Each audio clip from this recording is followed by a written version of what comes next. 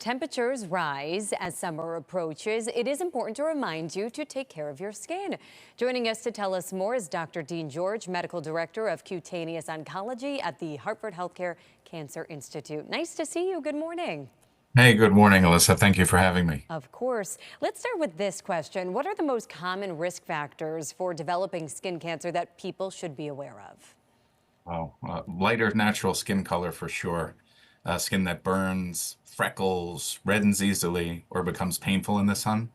Blue or green eyes, naturally red or blonde hair, greater than 100 moles, especially atypical moles, a personal or family history of skin cancer, and lifetime cumulative ultraviolet exposure. And what are the early signs and symptoms of skin cancer that really should prompt someone to see a doctor? So we like to talk about the ABCDEs of skin cancer, specifically melanoma, but this applies to other skin cancers as well. Anything that's new has asymmetry. B is for unusual border. C is for color. D is for diameter, usually bigger than a pencil eraser. And E is for evolving, so anything that's changing over time.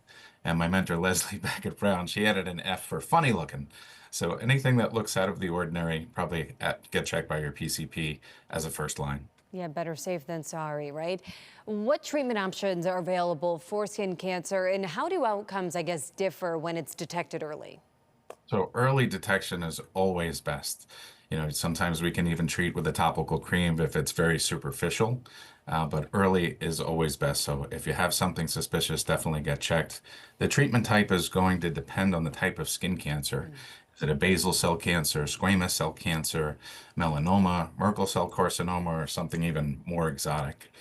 Generally, for basal and squame on the head and neck, you might get Mohs, which is a type of excision. There's also standard excisions if it's on the trunk, arms, legs. If it is melanoma and it's invasive, you may need to get a lymph node biopsy.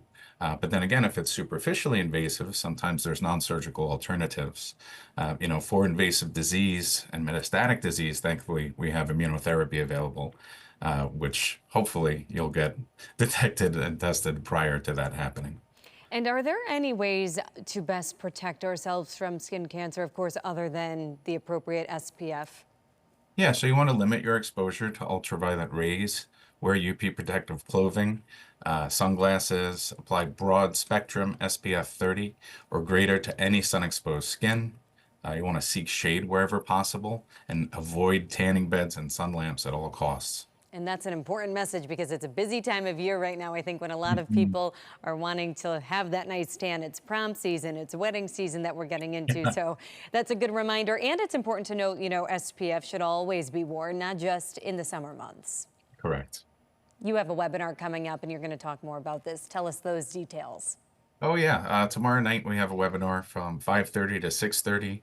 It's basically going to talk about skin cancer prevention, tips, signs and symptoms, and available treatment options. So usually those are pretty well attended, and there'll be a Q&A after the presentation. Wonderful. Dr. George, thank you for your time. Sure thing. Thanks for having me. Of course. We'll be back.